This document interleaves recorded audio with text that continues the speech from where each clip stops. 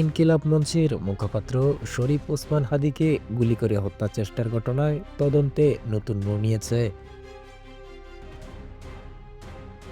রাজধানীতে সংঘটিত এই ঘটনায় হাদি গুরুতর আহত হন এবং উন্নত চিকিৎসার জন্য করে সিঙ্গাপুরে নেওয়া হয়। ঘটনার তদন্তে শুটার ফয়সালকে প্রধান অভিযুক্ত হিসেবে চিহ্নিত করা হয়।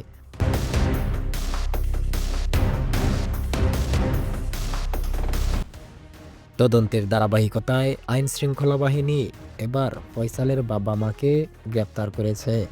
আইনশৃঙ্খলা বাহিনীর ভাষ্য অনুযায়ী হামলার পর ফয়সালকে আত্মগোপন ও প্রতিবেশী দেশে পালানোর সহায়তা করা সহ তথ্য গোপন এবং কিছু আলামত লুকানোর অভিযোগে তাদের গ্রেপ্তার করা হয়।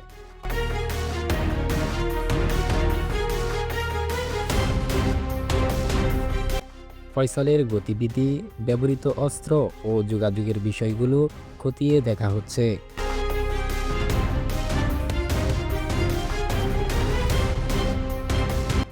তদন্ত সংশ্লিষ্ট সূত্র জানায়, মামলার আগে ও পরে ফয়সালের কর্মকাণ্ড সম্পর্কে তার পরিবার কতটা জানত সে বিষয়টি গুরুত্ব দিয়ে পর্যালোচনা করা হচ্ছে। একই সঙ্গে কল রেকর্ড, ডিজিটাল তথ্য ও আর্থিক লেনদেন বিশ্লেষণ করে দেখা হচ্ছে। এই ঘটনার পেছনে অন্য কেউ জড়িত ছিল কিনা তা খতিয়ে দেখা হচ্ছে। আইনশৃঙ্খলা বাহিনী জানায়, গ্রেফতারের মাধ্যমে মামলার তদন্ত আরও এগিয়ে নেওয়া সম্ভব হবে এবং হত্যা চেষ্টার প্রকৃত কারণ উদ্ঘাটনে সহায়তা মিলবে।